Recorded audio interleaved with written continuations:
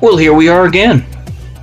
So, we're going to be talking about the class analysis of Magnum PI. A classic show from the 1980s. Basically, just to kind of give a brief background to it, is basically it was a show where Hawaii Five-0 had just ended in like 1978 or something like that.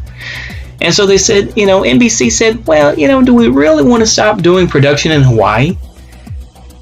And they say, you know what, let's come up with an excuse to have a show. Why not? So Donald Belisario, the same creator of NCIS, but also on, I believe, the show Baa Black Sheep, came up with this script for Magnum PI. A Navy SEAL who has now become a private investigator. Or he does not like to be called a private eye. That's something that was written earlier on and then kind of changed over time, but still. So that's basically it. I mean, it lasted for, I believe, 7 or 8 years, I believe. So it had a good long run. It was one of those shows that was kind of the iconic 80s show, and of course they have now redone it on CBS. Oh wait, no, it was CBS. I'm sorry, I said NBC before, but it is CBS. So I'm sorry. I could edit it out, but screw it. I'm just gonna go ahead and just record this and get it out the way. So let's go ahead and do an individual character analysis. We're just gonna hit the big ones, and we're not gonna go for the small fries because I think that's kind of meh, you know what I mean? So let's start with Magnum PI, the guy himself. Now Magnum PI, on first looks, would be considered more, at least in my opinion, more lumpen proletariat. But in actuality, he comes from a warrior caste. If you want to see it that way, kind of in the Indian sense. His father was a pilot who was killed over Korea, Navy pilot. And his grandfather was in the United States Navy. It's not really specified what he did in the Navy other than the fact that he was kind of a grifter sort of guy who, tricked folks with horse racing and whatnot. That was like in the very last season that they talked about him. But apart from that though, in reality Magnum is somewhere in between. Thomas Magnum himself is somewhere in between who he has to do work with the lumpen proletariat in some ways with guys like Rick, but I think that he's somewhere in the middle. That's basically all I need to say about that. So let's move on to retired Sergeant Major Higgins, and basically this part was played by the recently passed John Hillerman, who was from Texas but did an excellent British accent. Basically with him is that he is more from kind of more of a gentry, I would say, kind of somewhat more of a warrior class, I would say, but he's a little bit higher up. I want to say that's why I'll say like gentry or like somewhere up there, because he is somewhat connected with royalty to a point. But he runs this Robin Masters estate. And of course, at the end of the season, or the end of the series, I should say, end of the show, they were speculating about whether or not Higgins was actually Robin Masters. But that's a whole other thing. That's something else. But basically, he's more of a high-class sort of person, He's part of, he's, head of the King Khmer. He's on the King Khmer Club board and all this. And of course he clashes with Rick in the first few seasons where it's like, oh, Rick, you don't know how to handle the books and all that, and everything, we see all that type of thing. So moving on a bit more is we have Rick. And Rick, in my opinion, would be considered lumpen proletariat in the ultimate sense. It's alluded to that he has a lot of connections with the mafia. I want to say in this case the Chicago Mafia. I'm trying to have a Chicago accent there, but basically he has these connections to the Chicago mob and always works with this guy named Ice Pick, who that character changed, or the person who played that character changed at least 3 or 4 times, and was just kind of, it shows that he's more connected with the underworld. He was running a bar in the very first episode, and then he went on to somehow be the manager of the King Kamehameha Club. Goes back and forth between various women, this and that, and basically, always gets taken advantage of by Thomas, along with TC, who we're going to talk about next. So TC, I would say, is more of a middle class sort of guy. He started out maybe more on the proletariat side, and possibly, people may disagree with this, I would say that he's on the line between being a proletariat versus middle class. The reason I say this is because obviously he does have his own business, so he may be considered petite bourgeoisie to a point even.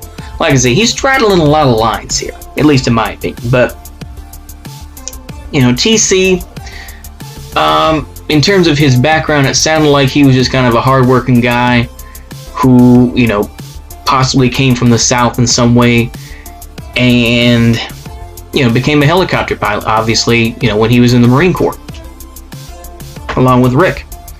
And so, in general, I think that his character is somebody who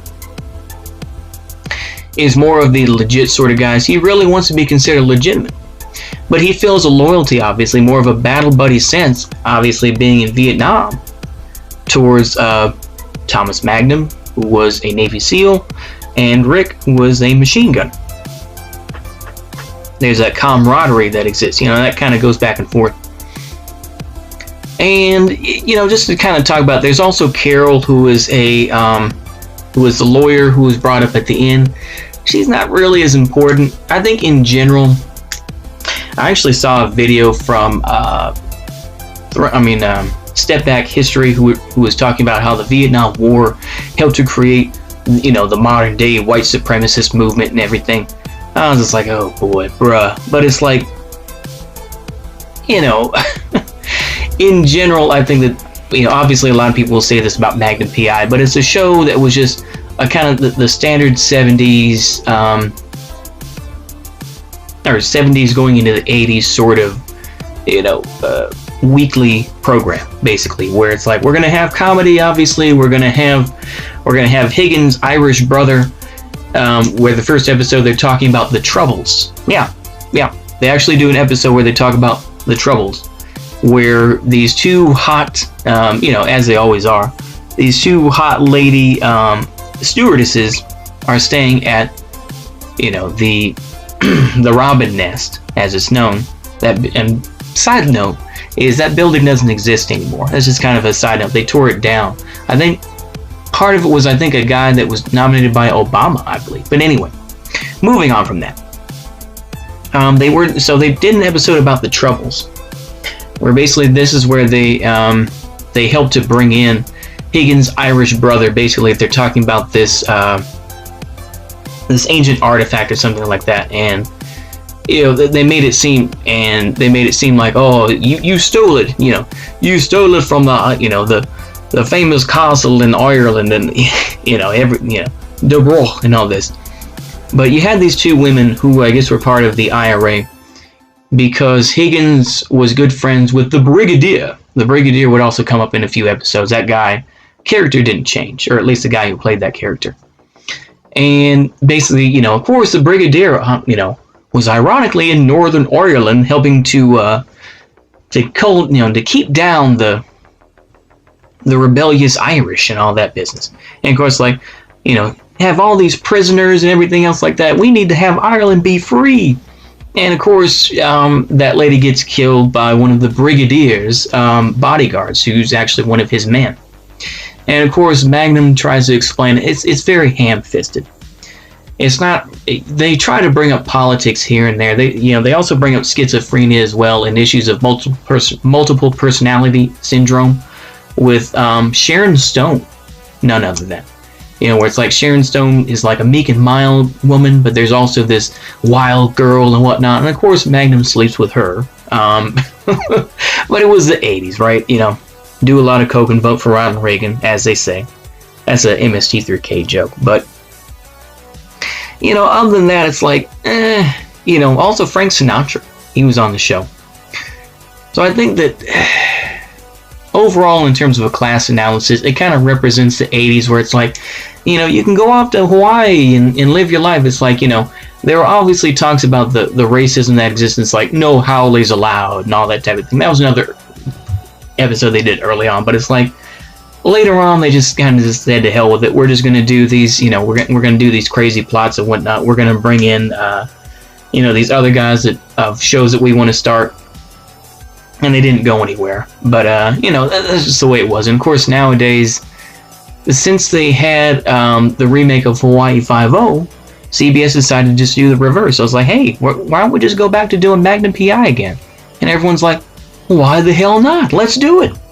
And that's basically it. Oh, yeah, there's also Elmo Ziller, who was another brother of Magnum, played by John Hillerman. Same thing as Higgins' Irish half-brother. Of course, it just goes to show once again that his dad was a horn dog, basically. But yeah, overall, I think that the show was just one of those 80s sort of turn off your brain, watch something for about an hour, you know, while you look at, you know, Tom Selleck in short shorts, you know. That's basically it.